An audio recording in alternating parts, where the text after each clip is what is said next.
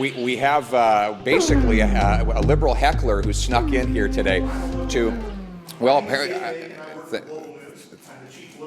right. Are you going to let me make my statement? From the guy who actually reported first on the Prime Minister breaking the law. Yeah. Are you going to let me make my statement? Ask a question. Say, yes, I've actually never seen you heckling the Prime Minister. Ask Minister Never seen you heckling the Prime Minister. Look, bottom line is this. Well, Pierre gets heckled, and he doesn't like getting heckled. So when the questions come, let's see if he answers that reporter's questions. Check out the full thing here.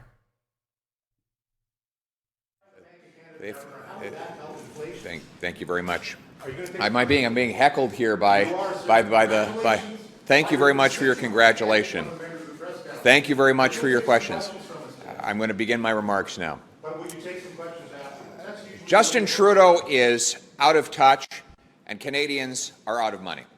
The cost of government is driving up the cost of living. $500 billion of inflationary deficits have bid up the cost of the goods we buy and the interest that Canadians pay. And that is why we are experiencing 40-year highs in inflation today. Furthermore, inflationary deficits are also the inflationary taxes that are driving up the cost for workers and businesses to produce the goods that we buy. On top of that, Trudeau proposes yet more spending to bid up costs even further. The more he spends, the more things cost. It is just inflation. And here we are today with 40-year highs in inflation, where Canadians are spending more just to feed themselves, to heat their homes, and to buy a home in the very first place. The reason that, yeah.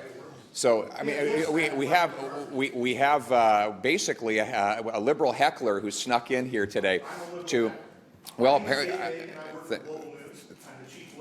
right. Are you going to let me make my statement? From the guy who actually reported first on the Prime Minister breaking the law. Yeah. Are you going to let me make my statement? Ask a question. Say, yes, I've actually never seen you heckling the Prime Minister. Ask Minister Never seen you heckling the Prime Minister. Look, bottom line is this. Yes, I'll be taking 2 questions at the very end. Thank you very much. Thank you very much. So I'm going to start my statement again, and hopefully this time without interruption from the Liberal heckling gathering here, and we'll speak directly to Canadians so that they can hear what the new Leader of the Opposition has to say. I'll begin again. The cost of government is driving up the cost of living. The more Trudeau spends, the more things cost. $500 billion of inflationary deficits mean more dollars bidding up the cost of the things we buy and the interest we pay. On top of that, inflationary taxes have inflated the cost of businesses and workers to produce those very same goods. The more Trudeau spends, the more things cost. Now, this is not about an accounting ledger. It is about real pain for real people. With food prices up 10% year over year, 4 in 5 Canadians are forced to cut back on their diets. We have 30-year-olds living in their parents' basements or trapped in tiny apartments from which they cannot escape. We have seniors who watch their savings evaporate because the cost of heat and other essentials has risen out of reach. Now, I thought Justin Trudeau might have learned the lesson from the fact that I won the leadership. He suddenly took an interest in inflation. After 2 years of my warning him that his inflationary money printing deficits would cause this problem, he finally admitted that there is a problem. And he announced he would hold a press conference today, one day after I issued a challenge to him.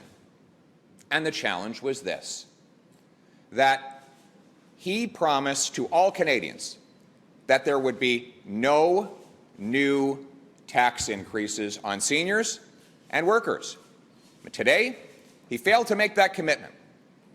And so Conservatives are putting him on notice that we will oppose any attempts by his government to raise taxes on working people or seniors in this country. Right now, he has scheduled tax increases on people's paychecks and on their heat, gas, and groceries.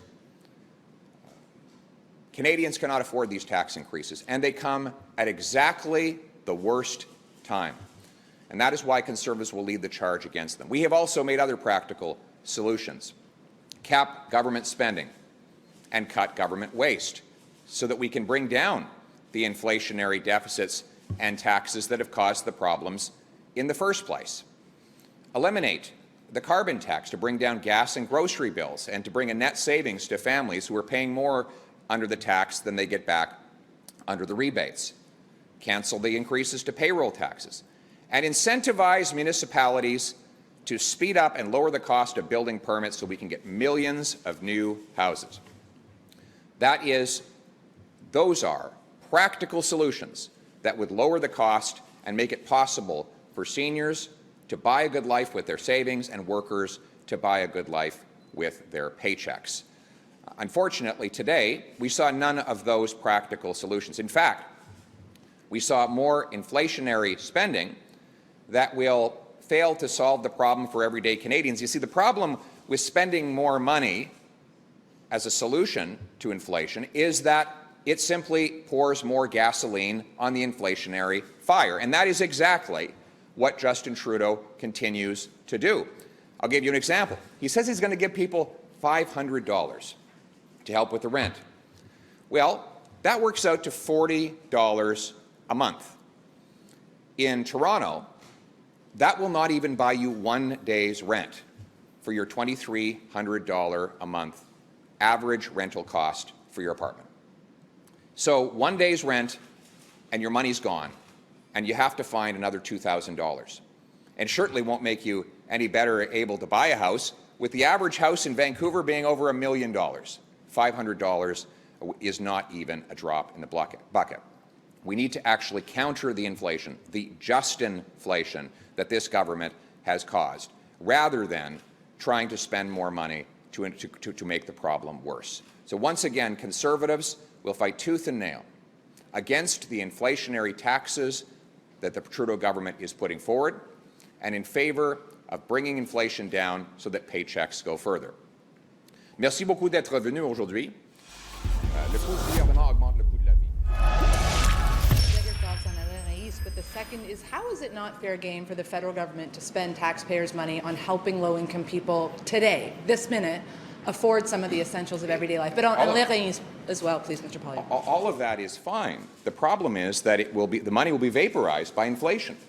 As I said earlier, $500 in housing assistance for an entire year, when the average rent is over $2,000 in many of our big cities per month, that money will go up in smoke for the average family.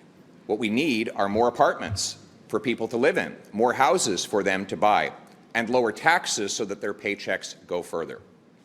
And that is what Conservatives are fighting for, and that is why we have said we will oppose any tax increases. Now, I would note that one of the tax increases that Mr. Trudeau promises hits the working poor the hardest. He wants to raise payroll taxes. There is no personal exemption on those. That means that from the very first dollar a worker begins earning, they start paying that tax. And so in percentage terms, payroll tax hikes are the hardest on the poorest people. So that is why Conservatives will fight tooth and nail against any tax increase. Our working poor need the chance to keep their paychecks so that they can pay their bills, and that is why Conservatives believe in low taxes. Oui, merci. Don't forget to like, dislike, subscribe, and comment. Safe Space Cafe. And always, have a good day.